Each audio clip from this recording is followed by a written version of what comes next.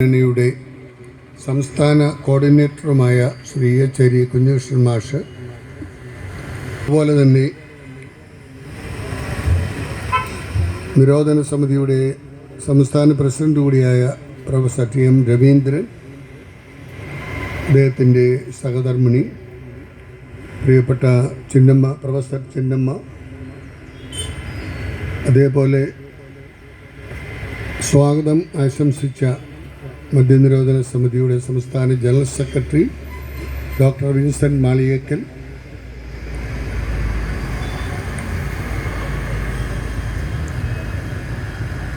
Basheer Areembra, T K Kabeer master, doctor Noushad Alappuzha, Thajudheen Malappuram, advocate N K Majeed, Jamsheel Abubacker, Padmini teacher, നിരോധന സമിതിയുടെ സംസ്ഥാന ട്രഷറർ കൂടിയായ ശ്രീമതി ഖദീജാൻ അർഗീസ്, വേദിയിലും സദസ്സിലും ഉപവിഷ്ടരായിരിക്കുന്ന വന്യ ഗുരുബോധരെ, സഹോദരി സഹോദരന്മാരെ, 2011 കുഞ്ഞുകൃഷ്ണൻ മാഷും ഞാനും മലപ്പുറത്ത് നമ്മുടെ സഹോദരങ്ങൾ ഒരു സമ്മേളനത്തിന് ക്ഷണിച്ചിരുന്നു. തിരിച്ചു പോകുവാനുള്ള ട്രെയിൻ ടിക്കറ്റുമായി വന്ന എനിക്ക് വൈകിട്ടായിരുന്നു സമ്മേളനം, ഒരു സ്ട്രീറ്റിലായിരുന്നു അത്. അവിടെ എത്തിയങ്ങളെ ഒന്നും കാണാൻ കഴിഞ്ഞില്ല. അപ്പോൾ ഞാൻ വിചാരിച്ചു, ഇവിടെ തന്നെയാണോ പരിപാടി വെച്ചിരിക്കുന്നത് അതോ മറ്റെവിടെയോ ആണോ എന്നൊരു സംശയമുണ്ടായി. ഒരു മേശയും 2 കസേരയും അവിടെ കൊണ്ടിട്ടിട്ട് മൈക്കിലൂടെ ഒരു സഹോദരൻ വിളിച്ചു പറഞ്ഞു, സമ്മേളനം ആരംഭിക്കുകയാണ്, ബിഷപ്പ് തിരുമേനി എത്തിയിട്ടുണ്ട്, എല്ലാവരും ഉടനെ തന്നെ ഈ സമ്മേളന നേറിലേക്ക് വരണം. നിമിഷ നേരത്തിനകം കച്ചവടക്കാരായ സഹോദരങ്ങളൊക്കെ കട നിർത്തിയിട്ട് അവിടെ വന്നു. ഇതുപോലെ സ്ട്രീറ്റ് നിറഞ്ഞ് ആളുകൾ നിൽക്കുകയാണ്. പ്രസംഗിച്ചു കൊണ്ടിരിക്കുമ്പോൾ സമയമായി, ട്രെയിനിന് പോകണം എന്ന് പറഞ്ഞപ്പോൾ ഒരു സഹോദരൻ എഴുന്നേറ്റ് പറഞ്ഞു, ഞങ്ങളുടെ കുടുംബങ്ങളൊക്കെ ഇന്ന് നശിച്ചുകൊണ്ടിരിക്കുകയാണ്. ഞങ്ങളൊക്കെ അധ്വാനിച്ചുണ്ടാക്കുന്നത് ഞങ്ങളുടെ മക്കളൊക്കെ നഷ്ടപ്പെടുത്തിക്കൊണ്ടിരിക്കുകയാണ്. അതുകൊണ്ട് ഈ ദുരന്തത്തിൽ നിന്നും ഞങ്ങളെ മോചിപ്പിക്കുവാൻ അങ്ങയുടെ പ്രസംഗം തുടർന്നിരിക്കണം. ഞങ്ങൾ അങ്ങയെ മാവേലിക്കരയിൽ കൊണ്ട് വിട്ടുകൊള്ളാം എന്നുള്ള ഒരു ഉറപ്പ് നൽകിയ ജനമാണ് മലപ്പുറത്തെ ജനങ്ങൾ എന്നുള്ളത് ഞാൻ ഏറെ അഭിമാനത്തോടെ സന്തോഷത്തോടെ കാണുകയാണ്. നമ്മെ സംബന്ധിച്ചിടത്തോളം ബുദ്ധിയുള്ള മനുഷ്യൻ്റെ ബുദ്ധിയെ നശിപ്പിച്ച് മൃഗതുല്യമാക്കി മാറ്റിക്കൊണ്ടിരിക്കുന്ന ഒരു സംവിധാനത്തിലൂടെ നാം നീങ്ങിക്കൊണ്ടിരിക്കുകയാണ്. അത് ഏത് സർക്കാർ ഭരിച്ചിട്ടുള്ളപ്പോഴും അതിനോട് ശക്തമായി പ്രതികരിച്ച് 1998 മുതൽ ഇന്ന് വരെ അത് UDF ആണെങ്കിലും LDF ആണെങ്കിലും ആര് ഭരിച്ചാലും അവരോട് മുഖത്ത് നോക്കി ഈ കാര്യങ്ങൾ പറയുകയും ഇതിൽ നിന്ന് ഒരു സമൂഹത്തെ മോചിപ്പിക്കുവാനുള്ള ഉത്തരവാദിത്തമാണ് ജനങ്ങളാൽ തിരഞ്ഞെടുക്കപ്പെട്ട ജനപ്രതിനിധികളുടെ ജനായത്ത ഭരണമുള്ള നമ്മുടെ നാട്ടിൽ ഞങ്ങൾ ആവശ്യപ്പെടുന്നത് എന്നവരെ ഓർമ്മിപ്പിക്കുകയും ചെയ്തിട്ടുണ്ട്. അതിനോട് ക്രിയാത്മകമായി പ്രതികരിച്ചിട്ടുള്ളവരുണ്ട്. ശ്രീ ഉമ്മൻചാണ്ടിയെ പോലെയുള്ള ആളുകൾ എത്ര ത്യാഗത്തോടു കൂടിയാണ് ഒരു സംസ്ഥാനത്തിന് ഏതാണ് ആവശ്യമായിട്ടുള്ളതെന്ന് തീരുമാനിക്കുവാനുള്ള അധികാരം ആ സംസ്ഥാനത്തിലെ ജനങ്ങൾക്കാണുള്ളത്. ജനങ്ങളാണ് പരമാധികാരികൾ, അല്ലാതെ ഭരിക്കുന്ന ആളുകളല്ല.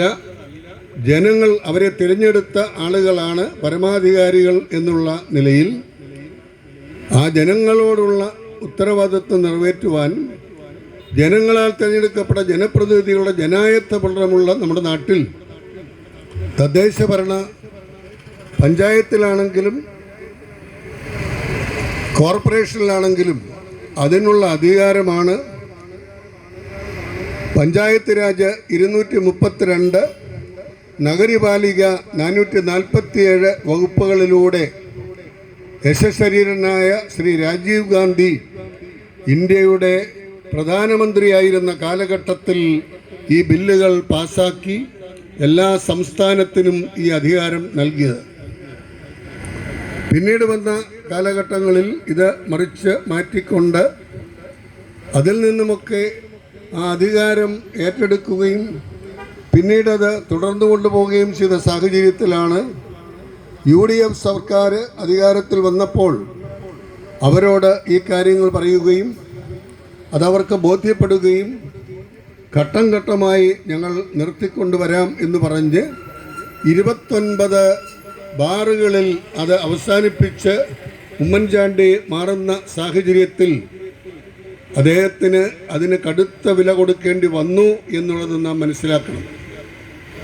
തുടർന്നുള്ള അധികാരം അദ്ദേഹത്തിന് ലഭിക്കാതെ വന്ന സാഹചര്യം ഈ മദ്യത്തിൻ്റെ സംലഭ്യത കുറച്ചുകൊണ്ട് 29 ബാറുകളിലേക്ക് ഒതുക്കി മാറ്റിയ സാഹചര്യത്തിൽ അബ്കാരി കോൺട്രാക്ടർമാരും അതിനോട് കൂടുതൽ അനുഭവമുള്ള ആളുകളുമൊക്കെ ജനങ്ങളെ തെറ്റിദ്ധരിപ്പിച്ചുകൊണ്ട് നടത്തിയ പരിശ്രമങ്ങളാണ് പിന്നീട് 2016-ലും 2021-ലും LDF സർക്കാർ അധികാരത്തിൽ വരുവാൻ കാരണമായത്. ഇവിടെ EHരി മാഷും അതേപോലെ വിൻസെൻ്റ് മാളിയക്കലുമൊക്കെ സൂചിപ്പിച്ചതുപോലെ ഈ ജനാധികാരം എടുത്തു മാറ്റരുത് എന്നും മദ്യത്തിൻ്റെ സംലഭ്യത കുറയ്ക്കണമെന്നുമൊക്കെ ഉള്ള നിർദ്ദേശം കൊടുത്തപ്പോൾ ഞങ്ങൾ അതുതന്നെ തുടരുന്നതാണ് എന്നും ഞങ്ങളുടെ പ്രകടന പത്രികയിൽ അത് ഉൾപ്പെടുത്താമെന്നും ഉറപ്പ് നൽകിയിട്ട് പ്രകടന പത്രികയിൽ ഘട്ടം ഘട്ടമായി കുറയ്ക്കുമെന്ന് പറഞ്ഞവർ 2 പ്രാവശ്യം അധികാരത്തിൽ വന്നപ്പോഴും അത് കൂട്ടിക്കൊണ്ട് 924 അത് ഇപ്പോൾ ഇവിടെ വിൻസെൻ്റ് മാളിയക്കൽ വിവരാവകാശ കമ്മീഷനോട് ചോദിച്ച് മനസ്സിലാക്കി 234-ലേക്ക് അത് ഉയർന്നിരിക്കുകയാണ്.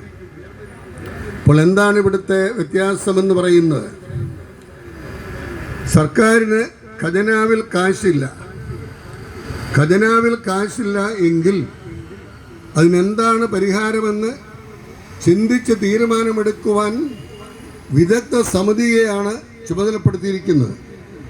IAS ഉദ്യോഗസ്ഥന്മാരും മന്ത്രിമാരും ഒക്കെ ആലോചിച്ചുകൊണ്ട് ഒരു സംസ്ഥാനത്തിൻ്റെ സാമ്പത്തിക നേട്ടം എങ്ങനെ കൈവരിക്കാമെന്ന് ചിന്തിക്കുന്നതിന് പകരം മനുഷ്യനെ നശിപ്പിച്ചുകൊണ്ട് ജനങ്ങൾക്ക് വേണ്ടി അവരുടെ ഉന്നതിക്ക് വേണ്ടി പ്രവർത്തിക്കുവാൻ നിയോഗിക്കപ്പെട്ട ആളുകൾ ആ കടമ മറന്നുകൊണ്ട് അവരെ നശിപ്പിക്കുവാൻ ഇറങ്ങിപ്പുറപ്പെടുമ്പോൾ അതിനോട് പ്രതികരിക്കുന്നത് ഒരു സർക്കാരിനോട് പ്രതികരിക്കുകയാണെന്ന് കരുതരുത്. അത് തെറ്റാണ്. നമ്മൾ പ്രതികരിക്കുന്നത് ഒരു സർക്കാരിനോടുള്ള കാര്യമല്ല, മദ്യത്തിനോടുള്ള അവരുടെ സമീപനത്തെയാണ് നമ്മൾ എതിർക്കുന്നത്. അതുകൊണ്ടാണ് ഞാൻ പറഞ്ഞത്, UDF സർക്കാർ ഭരിച്ച കാലത്തും LDF സർക്കാർ ഭരിച്ച കാലത്തുമൊക്കെ ഈ സമിതി അതിൻ്റെ പ്രവർത്തനങ്ങൾ തുടർന്നുകൊണ്ടേയിരുന്നു. ഇവിടെ മദ്യഷാപ്പുകളുടെ എണ്ണം കൂട്ടാൻ പോകുന്നുള്ള സൂചന വന്നപ്പോൾ അഭിനന്ദനായ പള്ളിക്കാപ്പറമ്പിൽ പിതാവ് പാലായിൽ നിന്ന് ഒരു സന്ദേശം കൊടുത്തു. നാളെ ഞാനിവിടെ സമരം തുടങ്ങാൻ പോവുകയാണ്. അന്ന് വൈകുന്നേരം തന്നെ യശശരീരനായ ശ്രീ EK നായനാർ അദ്ദേഹത്തെ ഫോണിൽ വിളിച്ചു പറഞ്ഞു, ഞങ്ങൾ തുടങ്ങാൻ പോകുന്നില്ല, അങ്ങ് സമരം ആരംഭിക്കരുത് എന്ന്. അത്രയും ബോധ്യമുള്ള മുഖ്യമന്ത്രിമാരൊക്കെ ഭരിച്ച ഈ നാട്ടിൽ മലപ്പുറത്ത് 969 ദിവസം സമരം ചെയ്ത നിങ്ങളെപ്പോലെയുള്ള നല്ല മനസ്സുകൾ അതിൻ്റെ വിജയം കണ്ടെത്തിയത് ഉമ്മൻചാണ്ടി സർക്കാർ പഞ്ചായത്ത് രാജ് 232, നഗരപാലിക 447 വകുപ്പുകൾ പുനഃസ്ഥാപിച്ചു കൊടുത്തപ്പോഴാണ് നമ്മൾ ഈ സമരം അവസാനിപ്പിച്ചത് എന്നുള്ളത് നിങ്ങൾ മനസ്സിലാക്കണം. പിന്നീടുള്ള കാലഘട്ടങ്ങളിൽ ആ അധികാരം തിരിച്ചെടുത്തതിന് ശേഷം അത് ജനങ്ങളുടെ അധികാരമാണ്, ആ ജനാധികാരം മദ്യാധികാരത്തിനപ്പുറമായിട്ടുള്ളതാണ് എന്നുള്ള ബോധ്യത്തോടു കൂടിയാണ് ഇവിടെ നിങ്ങൾ ഈ ജനകീയ സമരം ആരംഭിച്ചത്. എനിക്കേറെ സന്തോഷമുള്ളത് നിരവധി അമ്മമാരെ ഇതിൽ സംബന്ധിക്കുന്നുണ്ട്. ഇന്ന് കേരളത്തിൽ ഏറ്റവും അധികം ബാധിക്കപ്പെടുന്നത് അമ്മമാരെയാണ്. കഷ്ടപ്പാടിലും കണ്ണുനീരിലും കഴിയുന്ന, പീഡനങ്ങൾ ഏറ്റുവാങ്ങിക്കൊണ്ട് കഴിയുന്ന ഈ അമ്മമാരും സഹോദരികളുമൊക്കെ എന്തുമാത്രം ദുഃഖത്തിലും ദുരിതത്തിലുമാണ് നമ്മുടെ രാജ്യമെന്നുള്ളത് നാം മനസ്സിലാക്കേണ്ട ഒരു യാഥാർത്ഥ്യമാണ്. കഴിഞ്ഞ ദിവസം സ്കൂളിൽ പഠിക്കുന്ന ഒരു പയ്യൻ മദ്യപിച്ചു. അതിനുശേഷം അവൻ്റെ വായിൽ പേസ്റ്റ് എന്നൊക്കെ പറഞ്ഞ് ഏതോ ഇട്ട് ഒരു ബോധവുമില്ലാതെ ക്ലാസ്സിൽ പ്രശ്നങ്ങൾ ഉണ്ടാക്കി. അത് കഴിഞ്ഞ് അവനെ ക്ലാസ്സിൽ നിന്ന് പുറത്താക്കി. അവൻ്റെ അപ്പനും അമ്മയും വന്ന് പറയുകയാണ്, ഞങ്ങൾ പേടിച്ചു കഴിയുകയാണ് ഞങ്ങളുടെ വീട്ടിൽ. ഇവൻ എന്ത് ചെയ്യുമെന്ന് ഞങ്ങൾക്കാർക്കും ഒരു ഉറപ്പുമില്ല. അതുകൊണ്ട് എന്ത് ശിക്ഷയും കൊടുത്തോളൂ, പക്ഷെ അവനെ പഠിപ്പിച്ച് നല്ലവനാക്കണം. അത് ഞങ്ങളെക്കൊണ്ട് പറ്റുന്നില്ല, അത് നിങ്ങളേറ്റ് ഏറ്റെടുക്കണം. എന്ത് ശിക്ഷയും കൊടുത്തോളൂ, ഞങ്ങളൊക്കെ ഭയന്നാണ് കഴിയുന്നതെന്ന് ഒരമ്മയും അപ്പനും സ്കൂളിൽ പഠിക്കുന്ന ഒരു മകനെ മുമ്പിൽ നിർത്തിക്കൊണ്ട് പറയുമ്പോൾ എന്താണ് ഇവിടുത്തെ അവസ്ഥ? വിദ്യാഭ്യാസത്തിലൂടെ വികസനത്തിൻ്റെ, വിമോചനത്തിൻ്റെ പ്രത്യയശാസ്ത്രം ഇന്ന് മാനേജ്മെൻറ്റുകളും ഗവൺമെൻറ്റും ഒക്കെ ചേർന്ന് നടത്തിക്കൊണ്ടിരിക്കുന്ന ഈ അവസരത്തിലും മനുഷ്യൻ്റെ ബുദ്ധിയെ നശിപ്പിച്ച് അവനെ മൃഗതുല്യമാക്കി മാറ്റിക്കൊണ്ടിരിക്കുന്ന ഈ സംസ്കാരത്തിൽ നിന്ന് അവരെ മോചിപ്പിക്കേണ്ടത് മാനുഷികമായി നമ്മുടെ കടമയാണ്. 13 വയസ്സുള്ള കുഞ്ഞുങ്ങൾ വരെ ഇപ്പോൾ മദ്യപിക്കുവാനും മയക്കുമരുന്ന് ഉപയോഗിക്കുവാനും തുടങ്ങിക്കഴിഞ്ഞിരിക്കുന്നു. ഇപ്പം എന്താണ് നമ്മുടെ രാജ്യത്തിൻ്റെ, സംസ്ഥാനത്തിൻ്റെ ഭാവി? അടുത്ത ഒരു തലമുറ എങ്ങനെ ആയിത്തീരും എന്നുള്ള ആശങ്കയാണ് നമ്മളെപ്പോലെയുള്ളവർ ഈ കാര്യങ്ങളിൽ വളരെ ശ്രദ്ധയോടുകൂടി മുൻപോട്ടിറങ്ങി പ്രവർത്തിക്കുന്നത്. അതുകൊണ്ട് സർക്കാരിനോട് ഞങ്ങൾ ആവശ്യപ്പെടുന്നത് മദ്യത്തിൻ്റെ ഉപയോഗം മനുഷ്യനെ മനുഷ്യനാക്കി മാറ്റുവാൻ പരിശ്രമിക്കുകയും ചെയ്യുക എന്നുള്ളതാണ്. കഴിഞ്ഞ ദിവസം ആലപ്പുഴയിൽ ഒരു സമ്മേളനത്തിൽ എന്നോട് ചോദിച്ചു, ഒക്കെ കാര്യം നോക്കിയാൽ പോരെ, പൊതുക്കാര്യങ്ങളൊക്കെ നോക്കാൻ ഇവിടെ മന്ത്രിമാരും MLA-മാരും പഞ്ചായത്ത് പ്രസിഡന്റുമാരും ഒക്കെ ഉണ്ടല്ലോ, ഞങ്ങളൊക്കെ നോക്കുന്നുണ്ട്. ഞാൻ പറഞ്ഞു, ഞാൻ മാവേലിക്കരയുടെ മെത്രാനായിരിക്കുന്നത് മാവേലിക്കര ഉൾപ്പെടുന്ന ഭൂപ്രദേശത്തിലെ ആലപ്പുഴ ജില്ലയിലെ നാനാജാതി മതസ്ഥരുടെ ഉന്നമനത്തിന് വേണ്ടി പ്രവർത്തിക്കുവാനാണ്, അല്ലാതെ പള്ളിയിൽ വരുന്ന കുറേ ആളുകളുടെ മാത്രം കാര്യം നോക്കുവാനല്ല എന്നെ ചുമതലപ്പെടുത്തിയിരിക്കുന്നത്. ജീവിക്കുന്ന ദൈവത്തിൻ്റെ ആലയങ്ങളായ ഈ ചുറ്റുപാടുമുള്ള ഈ മനുഷ്യരുടെ നന്മയ്ക്ക് വേണ്ടി പ്രവർത്തിക്കുവാൻ പ്രതിജ്ഞാബദ്ധനാണ് ഞാൻ എന്നുള്ള മറുപടിയാണ് ഞാൻ കൊടുത്തത്. അതുകൊണ്ട് പ്രിയ സഹോദരങ്ങളെ, നമ്മെ സംബന്ധിച്ചിടത്തോളം നമുക്ക് ഒന്നാമതായിട്ട് ആവശ്യപ്പെടാനുള്ളത് ഈ ജനാധികാരം ജനങ്ങൾക്ക് നൽകുക. ഇല്ലെങ്കിൽ മാറ്റും ഈ ചട്ടങ്ങളെ, അല്ലെങ്കിൽ അത് മാറ്റും ഈ നിങ്ങളെ എന്നുള്ള ഒരു ദൃഢപ്രതിജ്ഞയാണ് ഈ പന്തലിൽ 2ാം വർഷം ഉദ്ഘാടനം ചെയ്യുമ്പോൾ ഓർമ്മിപ്പിക്കുവാനുള്ളത്. രണ്ടാമതായിട്ട്, ഭാവിയുടെ വാഗ്ദാനങ്ങളായ കുഞ്ഞുങ്ങൾ പഠിക്കുമ്പോൾ മദ്യത്തിൻ്റെ ദൂഷ്യവശങ്ങളെക്കുറിച്ച് അവർ പഠിക്കുന്ന പാഠപുസ്തകത്തിൽ ഉൾപ്പെടുത്തണമെന്ന് കുറേ വർഷങ്ങളായി ആവശ്യപ്പെട്ടുകൊണ്ടിരിക്കുകയാണ്. ഓരോ പ്രാവശ്യവും പാഠപുസ്തക കമ്മിറ്റി കൂടുന്നു, കാര്യങ്ങളൊക്കെ കൈകാര്യം ചെയ്യുന്നു. ഒരു പാഠത്തിലും മദ്യത്തിൻ്റെ ദുരുപയോഗത്തെക്കുറിച്ചോ അല്ലെ ദൂഷ്യവശങ്ങളെക്കുറിച്ചോ സർക്കാർ പാഠപുസ്തകങ്ങളിൽ ഉൾപ്പെടുത്താത്ത സ്ഥിതിക്ക് ജനക്ഷേമത്തിന് വേണ്ടിയാണ് നിങ്ങൾ പ്രവർത്തിക്കുന്നതെങ്കിൽ കേരളത്തിൻ്റെ ഭാവി, ഭാരതത്തിൻ്റെ ഭാവി വളർന്നു വരുന്ന കുഞ്ഞുങ്ങളെ ആശ്രയിച്ചാണ് എന്ന് വിശ്വസിക്കുന്ന ഞാനും നിങ്ങളും ഒന്നിച്ചു പറയുകയാണ്. പാഠപുസ്തകത്തിൽ ഇതിൻ്റെ ദൂഷ്യവശങ്ങളെക്കുറിച്ച് LP ക്ലാസ്സുകൾ, ലോവർ പ്രൈമറി ക്ലാസ്സുകൾ മുതൽ കുഞ്ഞുങ്ങൾക്ക് ബോധവൽക്കരണം കൊടുത്ത് അവരെ കൊണ്ടുവരുവാൻ പരിശ്രമിക്കുക. അതിന് പകരം ബോധമുള്ളവൻ്റെ ബോധം കെടുത്തിയിട്ട് അവനെ കുടിച്ച് ലക്കില്ലാത്തവനാക്കി മാറ്റിയിട്ട് ഞങ്ങൾ ബോധവൽക്കരണം നടത്തുന്നു പോലീസ് ഡിപ്പാർട്ട്മെൻറ്റിലൂടെ എന്ന് പറഞ്ഞാൽ എന്ത് വിരോധാഭാസമാണ് അതിൽ ഉള്ളത്? അത് നിങ്ങൾ മനസ്സിലാക്കണം. ബോധമുള്ളവരെ പറഞ്ഞ് മനസ്സിലാക്കാം. ബോധം കെടുത്തിയിട്ട് പിന്നെ അവനെ ബോധവൽക്കരിക്കുന്നു എന്ന് പറഞ്ഞാൽ എന്തർത്ഥമാണുള്ളത്? പ്രിയ സഹോദരങ്ങളെ, ചില വസ്തുനിഷ്ഠമായ കണക്കുകൾ നിങ്ങളെ ഓർമ്മിപ്പിക്കുവാൻ ഞാൻ ആഗ്രഹിക്കുകയാണ്. നമ്മുടെ സംസ്ഥാനത്ത് ഇന്ന് ലാഭം കിട്ടുന്നത് അല്ലെങ്കിൽ നടത്തിക്കൊണ്ടു പോകുവാൻ സാധിക്കുന്നത് നിന്നുള്ള വരുമാനം കൊണ്ടാണ് എന്നൊക്കെ ഒരു സർക്കാർ പറയുമ്പോൾ അത്രത്തോളം അധപ്പതിച്ചു പോയോ കേരളം എന്നുള്ളതിന് നമ്മളൊക്കെ സാക്ഷികളാണ്. കഴിഞ്ഞ വർഷം മദ്യത്തിന് വേണ്ടി സർക്കാർ ഉൽപ്പാദിപ്പിക്കുവാൻ ചെലവഴിച്ചത് 463 കോടി രൂപയാണ്. എന്നാൽ വിറ്റതിൻ്റെ വരുമാനം നോക്കുമ്പോൾ 3538 കോടിയാണ് ലാഭമുണ്ടാക്കിയത്. ഇപ്പോൾ വലിയ കച്ചവടക്കാരായി നമ്മൾ മാറിക്കഴിഞ്ഞു.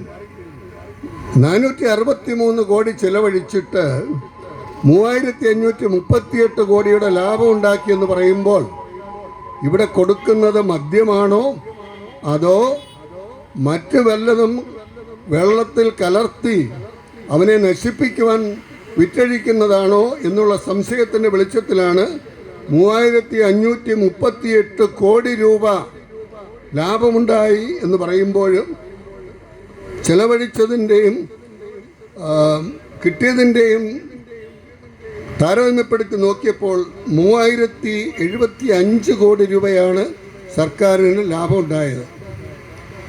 അങ്ങനെ ലാഭം കിട്ടിക്കൊണ്ടിരിക്കുമ്പോൾ ഈ പ്രസ്ഥാനം നിർത്തിയാൽ ഈ രാജ്യം സംസ്ഥാനം എങ്ങനെ മുമ്പോട്ട് പോകും എന്നുള്ള ആശങ്കയാണ് നമ്മുടെ സർക്കാരിനുള്ളത് എന്നുള്ളത് ഞങ്ങൾ മനസ്സിലാക്കുകയാണ്. എന്നാൽ ഇത്രയേറെ ബുദ്ധിയുള്ള ലോകത്തിൽ എല്ലാ രാജ്യങ്ങളിലും കേരളീയരായ ആളുകൾ എല്ലാ മേഖലകളിലും മുൻപന്തിയിൽ നിൽക്കുന്ന ഒരു അനുഭവമാണ് കേരളീയർക്കുള്ളത് എന്നുള്ളത് മറക്കരുത്.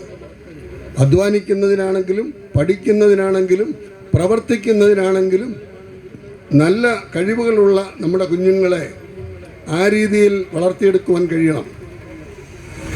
ഇത്ര ലാഭം കിട്ടുന്നു എന്നുള്ള കണക്ക് ഞാൻ നിങ്ങളെ ഓർമ്മിപ്പിച്ചു. മറ്റൊരു സത്യം കൂടി നിങ്ങളെ ഓർമ്മിപ്പിക്കുകയാണ്.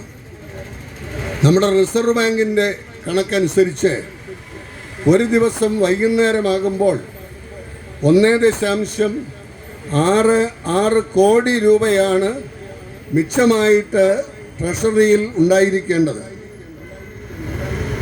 അതിൻ്റെ കണക്കുകൾ വെച്ച് നോക്കുമ്പോൾ അത് തുടർന്നു കൊണ്ടുപോകുവാൻ സർക്കാരിന് സാധിക്കുന്നില്ല. 1.66 കോടി രൂപ ഓരോ ദിവസവും റിസർവേഷനിലുണ്ടെങ്കിൽ മാത്രമേ അവർക്ക് പ്രവർത്തിക്കുവാൻ സാധിക്കുകയുള്ളൂ. എന്താണ് ഇതിന് പരിഹാരം? കാശില്ലാത്തത് കൊണ്ട് ബാങ്കുകളിൽ നിന്ന് ഓവർ ഡ്രാഫ്റ്റ് എടുക്കുകയാണ്. അങ്ങനെ ഓവർ ഡ്രാഫ്റ്റ് ആയിട്ട് എടുക്കുന്നതിന് 11% പലിശ വേണം. 11% പലിശയ്ക്ക് ഓവർ ഡ്രാഫ്റ്റ് എടുത്ത് ഈ കാര്യങ്ങൾ നിറവേറ്റിക്കൊണ്ട് പോകുമ്പോൾ 4% പലിശയ്ക്ക് കിട്ടുന്ന സ്ഥലത്താണ് ഓവർ ഡ്രാഫ്റ്റ് 11%ത്തിലേക്ക് മാറ്റിയെടുക്കുമ്പോൾ 750 കോടി രൂപയാണ് കാനറ ബാങ്കിൽ നിന്നും ഓവർ ഡ്രാഫ്റ്റായിട്ട് എടുത്തിരിക്കുന്നത്. അതേപോലെ തന്നെ ഫെഡറൽ ബാങ്കിൽ നിന്ന് 350 കോടി രൂപ എടുത്തിട്ടുണ്ട്. അപ്പോൾ ഈ കടം വാങ്ങിച്ചുകൊണ്ട് ഒരു സംസ്ഥാനം ഭരിക്കാമെന്ന് വിചാരിച്ചാൽ ഇത്രയേറെ മദ്യത്തിന് കിട്ടിയിട്ട് എവിടെ പോകുന്നു? ഇത് ലാഭമാണ് എന്ന് പറയുമ്പോൾ അതിൻ്റെ മറ്റൊരു കണക്ക് കൂടി നിങ്ങളെ ഓർമ്മിപ്പിക്കുവാൻ ഞാൻ ആഗ്രഹിക്കുകയാണ്. അതായത് മദ്യത്തിൻ്റെ പരിണിത ഫലമായിട്ട് എത്രയെത്ര വ്യക്തികളാണ് നശിച്ചുകൊണ്ടിരിക്കുന്നത്. വയനാട് ദുരന്തം നിങ്ങളൊക്കെ അറിഞ്ഞു. ഞാൻ അവിടെ പോയിട്ട് വരികയാണ്. അപ്പോൾ ഇങ്ങനെയുള്ള ദുരന്തങ്ങളൊക്കെ മനസ്സിലാക്കുന്ന നമുക്ക് ഒരു ഭയാനകമായ ദുരന്തമാണ് നിരന്തരം ഓരോ ദിവസവും നമ്മുടെ ആളുകൾ, അപ്പന്മാർ, സഹോദരന്മാർ, സഹോദരികൾ, ഇവിടെ സഹോദരിമാർ സന്നിഹിതരാണ്. നിർഭാഗ്യമെന്ന് പറയട്ടെ, സഹോദരിമാരുടെ ഇടയിലും മദ്യപാനം ഇന്ന് വർദ്ധിച്ചു വരികയാണ്. 5% സ്ത്രീകൾ മദ്യപിക്കുന്ന ഒരു സംസ്ഥാനമാണ് കേരളം എന്നുള്ളത് കാണുമ്പോൾ സാക്ഷര വിപരീതാച്ചേ രാക്ഷസ ഇത് കേവലം. സാക്ഷരതയിൽ മുൻപന്തി നിൽക്കുന്നുവെന്ന് പറയുകയും രാക്ഷസന്മാരെ പോലെയുള്ള ആളുകളെ വളർത്തിയെടുക്കുകയും ചെയ്യുന്ന ഒരു സംസ്ഥാനം സമൂഹത്തിന് വളരെയേറെ ആപത്താണ് എന്നുള്ള കാര്യം നാം മനസ്സിലാക്കണം. അതുപോലെ 2500 രൂപ കടമെടുത്തുകൊണ്ട് കാര്യങ്ങൾ നടത്തുമ്പോൾ അതിൻ്റെ പലിശയെന്നറിയാമോ? 5000 രൂപയാണ് പലിശ. 1500 രൂപ എടുക്കുമ്പോൾ അതിൻ്റെ ഇരട്ടി പലിശയായിട്ട് കൊടുക്കണം. ഈ പലിശ കൊടുക്കുവാൻ സാധിക്കാതെ വരുമ്പോൾ നമ്മുടെ ആളുകൾ എന്താണ് ചെയ്യുന്നത്?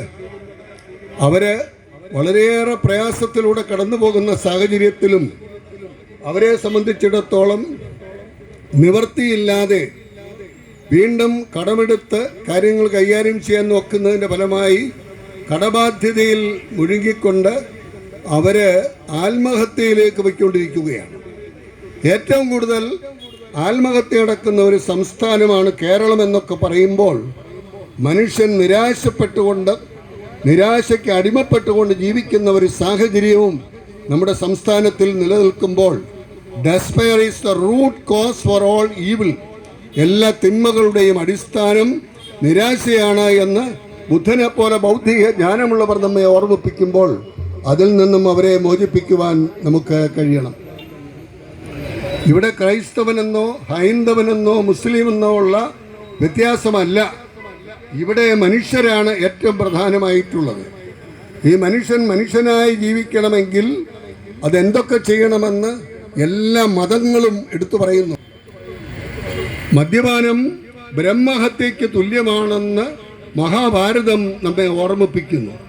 ബ്രഹ്മനെ കൊല്ലുന്നതിന്, സൃഷ്ടിച്ചവനെ കൊല്ലുന്നത്, ജനങ്ങളുടെ മുമ്പിൽ ഈശ്വരൻ്റെ നാമം നശിപ്പിക്കുന്നത് ഇങ്ങനെയുള്ള ആളുകളാണ് എന്ന് കാണുമ്പോൾ മദ്യപാനം ബ്രഹ്മഹത്യയ്ക്ക് തുല്യമാണ് എന്ന് മഹാഭാരതവും, മദ്യം ഹറമാണ്, നിഷിദ്ധമാണ്, പൈശാചികമാണ് എന്ന് ഖുറാനും, മദ്യപാന ദൈവരാജ്യം അവകാശപ്പെടുത്തുകയില്ല എന്ന് ബൈബിളും, മദ്യം ഉണ്ടാക്കരുത്, കുടിക്കരുത്, കൊടുക്കരുത് എന്ന് ശ്രീനാരായണ ഗുരുവിനെ പോലെയുള്ള ആളുകളും സ്വന്തം സമുദായം നശിക്കുന്നത് കണ്ടുകൊണ്ട് വിളിച്ചു പറഞ്ഞുവെങ്കിൽ ഇവരൊക്കെ മഹാമണ്ഡത്തരമല്ല. ഇവരൊക്കെ ജനങ്ങളുടെ നന്മ ലക്ഷ്യമാക്കി അവരെ മനുഷ്യത്വമുള്ളവരാക്കി മാറ്റുക എന്നുള്ള ലക്ഷ്യത്തോടു കൂടിയാണ് പ്രവർത്തിച്ചിട്ടുള്ളത് എന്നുള്ളത് നാം മനസ്സിലാക്കണം. പ്രിയ സഹോദരങ്ങളെ, മദ്യപാനത്തിലൂടെ വരുന്ന ദൂഷ്യവശങ്ങൾ മനസ്സിലാക്കിക്കൊണ്ട് ഒരു വ്യക്തി നശിക്കുന്നു. ആളിൻ്റെ ബുദ്ധിയും തലച്ചോറും നാഡീവ്യൂഹങ്ങളും കരളും ഹൃദയവും എല്ലാം നശിക്കുന്നു എന്ന് കാണുമ്പോൾ ഈ നശീകരണ പ്രവണതകളിലേക്കല്ല ജനങ്ങളെ അധികാരത്തിലേറ്റി വച്ചിരിക്കുന്നത് എന്ന് കൂടി മനസ്സിലാക്കണം. ഇന്ന്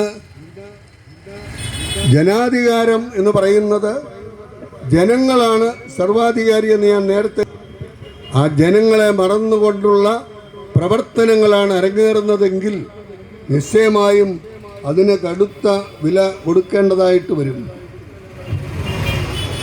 ഇന്നത്തെ ഒരു പ്രശ്നം എന്ന് പറയുന്നത് മയക്കുമരുന്നിൻ്റെ ഉപയോഗവും വളരെയേറെ വർദ്ധിച്ചു വരികയാണ്. തീരപ്രദേശങ്ങളിൽ വിദേശ രാജ്യങ്ങളിൽ നിന്ന് മയക്കുമരുന്ന് കൊണ്ടുവന്ന് കൊച്ചു കൊച്ചു വള്ളങ്ങൾ ഉൾക്കടലിൽ പോയി അത് കളക്ട് ചെയ്ത് വലിയ ചെക്കിംഗ് ഒന്നുമില്ലാത്ത ഏരിയകളിൽ പോയി അത് വിറ്റഴിച്ചുകൊണ്ട് കൂടുതൽ ലാഭമുണ്ടാക്കുമ്പോൾ എവിടെയാണ് ഈ വിൽപ്പനക്കാർ വ്യാപരിക്കുന്നത് എന്നുള്ളത് വളരെ ദുഃഖത്തോടുകൂടി നിങ്ങളെ ഓർമ്മിപ്പിച്ചുകൊള്ളട്ടെ. സ്കൂളുകളും കോളേജുകളും കേന്ദ്രീകരിച്ചുകൊണ്ടാണ് ഈ മയക്കുമരുന്ന് വിറ്റഴിക്കുന്നത്. ആദ്യം കുഞ്ഞുങ്ങൾക്ക് ഫ്രീ ആയിട്ട് കൊടുക്കുന്നു, അതിനുശേഷം വിറ്റഴിക്കുവാൻ കൊടുക്കുന്നു. വിറ്റഴിക്കപ്പെടുന്നത് കൊണ്ട് അവർക്ക് തുടർന്നു കൊണ്ടുപോകാൻ സാധിക്കാത്ത ഒരവസ്ഥയിൽ വരുമ്പോൾ അവരെ അതിൻ്റെ ഏജൻറ്റുമാരാക്കി മാറ്റുകയാണ്. സ്കൂളിൽ കൂടെ പഠിക്കുന്ന കുട്ടി ഈ മയക്കുമരുന്നിൻ്റെ ഏജൻ്റായി കുഞ്ഞുങ്ങൾക്കൊക്കെ കൊടുത്ത് അവർ വീട്ടിൽ നിന്നും മോഷ്ടിച്ചെടുക്കുന്ന പണവും അപ്പനോ അമ്മയോ ഒക്കെ വല്ല ആഹാരം കഴിക്കാൻ കൊടുക്കുന്ന പണവും ഒക്കെ ഉപയോഗിച്ചുകൊണ്ട് ഇന്ന് മയക്കുമരുന്നിൻ്റെ അടിമകളായി മാറുമ്പോൾ അധ്യാപകരൊക്കെ ചിന്തിക്കുന്നത് കുട്ടിയെ വലിയ ശല്യക്കാരനായിരുന്നു, ഇപ്പോൾ ഒരു കുഴപ്പമില്ല, മന്ദബുദ്ധിയെപ്പോലെ ക്ലാസ്സിൽ ഇരിപ്പുണ്ട്, അവന് ബോധമില്ല, ടീച്ചർ പഠിപ്പിക്കുന്നത് എന്താണെന്നൊന്നും മനസ്സിലാക്കാൻ കഴിയുന്നില്ല.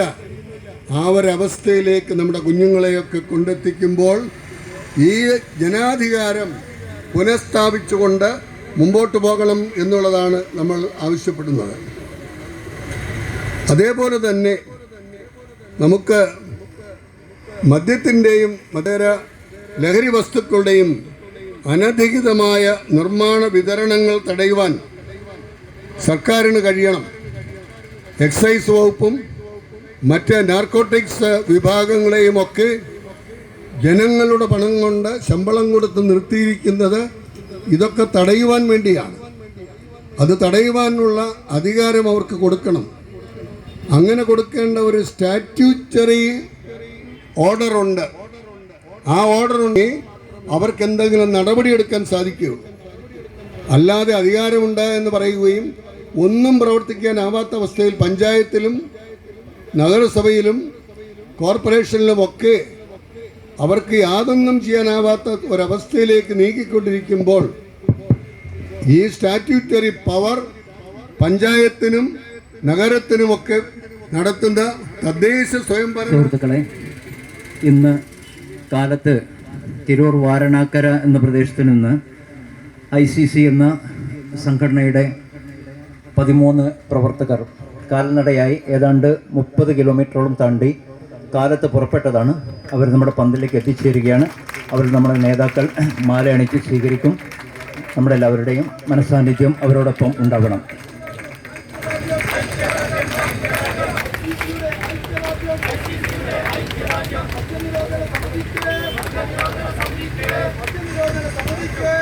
പുലർച്ചെ 6 മണിക്ക് 32 കിലോമീറ്റർ അപ്പുറത്തുള്ള തിരൂരിൽ നിന്നും പുറപ്പെട്ട മദ്യവിരുദ്ധ വീരന്മാരാണ് ഇവിടെ ഇപ്പോൾ എത്തിച്ചേർന്നിരിക്കുന്നത്.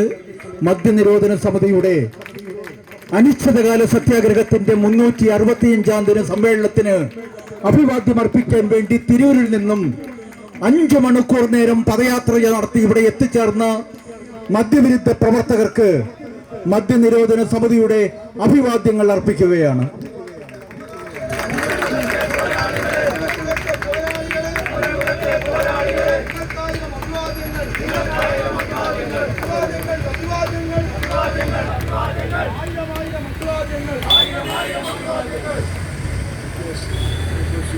പ്രിയ സുഹൃത്തുക്കളെ, നമുക്ക് പ്രതീക്ഷ നൽകുന്നത് ഇവിടെ ഇരിക്കുന്ന അമ്മമാരാണെന്ന് ഞാൻ പറഞ്ഞു. ഇപ്പോൾ പ്രതീക്ഷ നൽകുന്നത് ഇത്രയും ദൂരം നടന്നു വന്ന ഈ ചെറുപ്പക്കാരായ സഹോദരങ്ങളാണ്. അവർ നാട് നശിക്കുന്നത് കണ്ടുകൊണ്ടാണ് അതിരാവിലെ പുറപ്പെട്ട് ഇത്രയും ദൂരം നടന്ന് സഞ്ചരിച്ചുകൊണ്ട് ജനങ്ങൾക്കൊരു ബോധവൽക്കരണം കൊടുത്തുകൊണ്ട് ഇതിനോട് ഐക്യദാർഢ്യം പ്രകടിപ്പിക്കുവാൻ ഈ പന്തലിൽ എത്തിച്ചേർന്നിരിക്കുന്നത്. പ്രിയ സഹോദരങ്ങളെ, നിങ്ങൾക്ക് എല്ലാ അഭിവാദ്യങ്ങളും അനുഗ്രഹങ്ങളും ഈശ്വരൻ നൽകട്ടെ എന്ന് പ്രാർത്ഥിക്കുന്നു.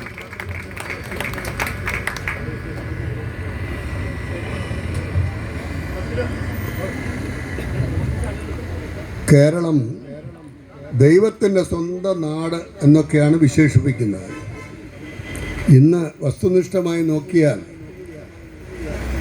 ദൈവത്തെ മറന്നുകൊണ്ട്, കാണപ്പെടുന്ന ദൈവങ്ങളായ മാതാപിതാക്കളെ മറന്നുകൊണ്ട്, എന്നെപ്പോലെ ജീവിക്കുവാൻ അവകാശമുള്ള എൻ്റെ കുടുംബത്തിലെ അംഗങ്ങളെ മറന്നുകൊണ്ട്, എൻ്റെ സമൂഹത്തിലെ നാനാജാതി മതസ്ഥരെ മറന്നുകൊണ്ട് മനുഷ്യൻ അധപ്പതിച്ചുകൊണ്ടിരിക്കുമ്പോൾ കേരളത്തിലെ ജനസംഖ്യ, ഇന്ത്യയിലെ ജനസംഖ്യ 144 കോടിയാണ്.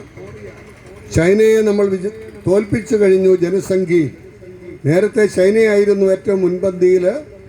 ഇപ്പോൾ ചൈനയേക്കാൾ കൂടുതൽ ജനസംഖ്യയുള്ള ഒരു രാജ്യമായി ഇന്ത്യ മാറിയിരിക്കുമ്പോൾ 3,34,00,000 ആളുകളാണ് കേരളത്തിലുള്ളത്. അതിൽ 1 കോടി ആളുകൾ മദ്യപിക്കുന്നവരാണെന്നാണ് കണക്ക് പറയുന്നത്. ഇപ്പോൾ മദ്യപരുടെ എണ്ണം കൂടി വരുന്നു. ഞാൻ നേരത്തെ പറഞ്ഞതുപോലെ 13 വയസ്സുള്ള കുഞ്ഞുങ്ങൾ വരെ ഇപ്പോൾ മദ്യം ഉപയോഗിക്കാൻ തുടങ്ങുന്നു. ഇന്ത്യയിലെ ആളോഹരി മദ്യത്തിൻ്റെ ഉപയോഗമെന്ന് പറയുന്നത് 4.4 ലിറ്ററാണ്. അത് കേരളത്തിൽ 8.3 ലിറ്ററാണെന്ന് പറയുമ്പോൾ ഇരട്ടിയിലേറെ വരുന്ന കുടിയന്മാരുടെ ഒരു സംസ്ഥാനമായി കേരളം മാറിയിരിക്കുകയാണ്. കഴിഞ്ഞ ദിവസം തമിഴ്നാടിൻ്റെ മുഖ്യമന്ത്രിയായ ശ്രീ എം കെ സ്റ്റാലിൻ അവിടുത്തെ 540 ബാറുകളുടെ അംഗീകാരം പിൻവലിച്ചു. തൊട്ടടുത്ത സംസ്ഥാനമായ കേരളം കണ്ടുപിടിക്കേണ്ടതാണ്. തമിഴ്നാട്ടുകാർക്ക് വിവരമില്ല എന്നൊക്കെ നമ്മൾ പറഞ്ഞുകൊണ്ടിരിക്കുകയായിരുന്നു. ഇപ്പോൾ വിവരം നമ്മൾ അറിഞ്ഞുകൊണ്ടിരിക്കുകയാണ്, പഠിച്ചുകൊണ്ടിരിക്കുകയാണ്. അങ്ങനെയെങ്കിലും മനസ്സിലാക്കിക്കൊണ്ട് തൊട്ടടുത്ത സംസ്ഥാനമൊക്കെ എത്ര പുരോഗതിയിലേക്ക് വന്നിരിക്കുന്നു. നിങ്ങൾ തമിഴ്നാട്ടിലെ റോഡുകൾ പോയി നോക്കുക, എത്ര അഭിവൃദ്ധി ഉണ്ടായിരിക്കുന്നു, എന്തുമാത്രം ഇൻഡസ്ട്രികൾ അവിടെ വളർന്നിരിക്കുന്നു. ഏത് സർക്കാർ ഭരിച്ചാലും ജനക്ഷേമത്തിനു വേണ്ടിയുള്ള പ്രവർത്തനങ്ങളാണ് അവിടെ കാഴ്ചവെച്ചുകൊണ്ടിരിക്കുന്നത്. ഇതൊക്കെ തൊട്ടടുത്ത സംസ്ഥാനം നടത്തുമ്പോൾ അത് പഠിക്കുവാൻ നമുക്ക് സാധിക്കണം എന്നുകൂടി ഓർമ്മിപ്പിക്കുകയാണ്. അപ്പോൾ നമ്മെ സംബന്ധിച്ചിടത്തോളം എനിക്കേറെ സന്തോഷവും അഭിമാനവുമുള്ളത് ഇന്നത്തെ മലപ്പുറത്തെ അനിശ്ചിതകാല സമരം, ഈ സത്യാഗ്രഹം 365 ദിവസങ്ങൾ പിന്നിട്ടു. 2ാമത്തെ വർഷത്തിലേക്ക് പ്രവേശിക്കുമ്പോൾ ഇതിനോട് അനുഭവം പ്രവർത്തിപ്പിക്കുവാൻ കടന്നു വന്നിരിക്കുന്ന എല്ലാവരെയും കാണുമ്പോൾ ഏറെ സന്തോഷമുണ്ട്. ദീർഘകാല സുഹൃത്തും പ്രവർത്തകനുമായ രവീന്ദ്രൻ മാഷ്, അദ്ദേഹത്തിൻ്റെ സഹധർമ്മിണി ചിന്നമ്മ ടീച്ചർ, രണ്ടുപേരും പ്രൊഫസേഴ്സാണ്. ഒരു കോളേജ് ലെവലിൽ പഠിപ്പിച്ച് കുഞ്ഞുങ്ങളെയൊക്കെ നല്ല നിലയിൽ നടത്തിയിട്ടുള്ളവരാണ്. ഇന്നത്തെ അവസ്ഥ മനസ്സിലാക്കിക്കൊണ്ട് തൃശ്ശൂർ കേന്ദ്രമാക്കിയും പ്രദേശങ്ങളിലൊക്കെ പ്രവർത്തിക്കുകയാണ്. ഞങ്ങൾ ഒന്നിച്ചൊരു തീരുമാനമെടുക്കുകയാണ്. മലപ്പുറം സത്യാഗ്രഹ സമരപ്പന്തൽ തീരുമാനമെടുക്കുകയാണ്. മദ്യവിരുദ്ധ പ്രവർത്തകരായ ഞങ്ങൾ എല്ലാവരും ഒറ്റക്കെട്ടായി നിന്നുകൊണ്ട് ഈ തിന്മകളോട് പ്രതികരിക്കുവാൻ ഈശ്വരൻ അനുഗ്രഹം പ്രാർത്ഥിച്ചുകൊണ്ട് കടന്നു വന്ന നിങ്ങളെ എല്ലാവരെയും അഭിനന്ദിച്ചുകൊണ്ട് നാം ഡു ആൻഡ് ഡൈ, ഇതാണ് ഗാന്ധിജി പറഞ്ഞത്. ഒന്നുകിൽ പ്രവർത്തിക്കുക അല്ലെങ്കിൽ മരിക്കുക. നമ്മൾ ഒന്നിച്ച് പ്രവർത്തിക്കുന്നു, ഒന്നിച്ച് മരിക്കുന്നു. ഈ കാര്യത്തിന് വേണ്ടി മദ്യമാകുന്ന ഈ പിശാചിനെ നശിപ്പിച്ചുകൊണ്ട് കേരള ജനതയെ പ്രബുദ്ധരാക്കിയെടുക്കുവാൻ, ഒരു നല്ല നാളെ കെട്ടിപ്പടുക്കുവാൻ എല്ലാവരെയും ആഹ്വാനം ചെയ്തുകൊണ്ട് മലപ്പുറം സത്യാഗ്രഹ സമരത്തിൻ്റെ 2ാം വാർഷികം ഉദ്ഘാടനം ചെയ്തതായി പ്രഖ്യാപിച്ച് എൻ്റെ വാക്കുകൾ ചുരുക്കുന്നു.